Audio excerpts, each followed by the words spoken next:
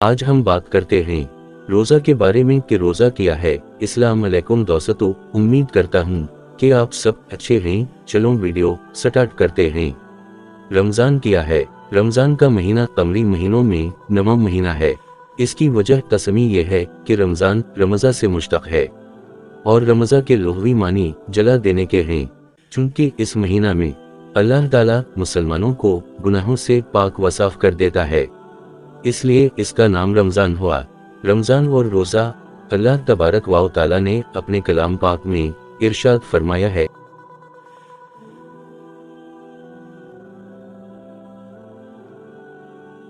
ईमान वालों, तुम पर रोजे फर्ज किए गए हैं जिस तरह तुमसे पहले लोगों पर फर्ज किए गए थे, ताकि तुम रोजा की बदौलत रफ्ता रफ्ता मुत्तकी बन जाओ।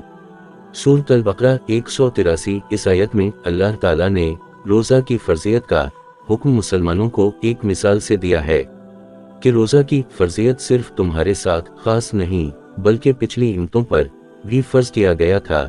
इससे रोजा की खास अहमियत मालूम होती है।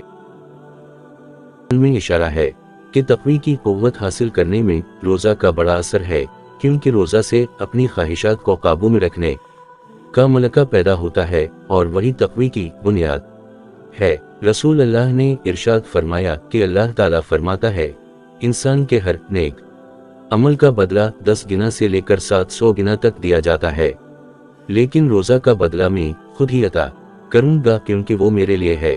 दूसरी रिवायत के मुताबिक मैं खुद ही रोजा का बदला। इंसान खाने पीने और जिनसी शहवत से सिर्फ मेरी वजह से रुकता है।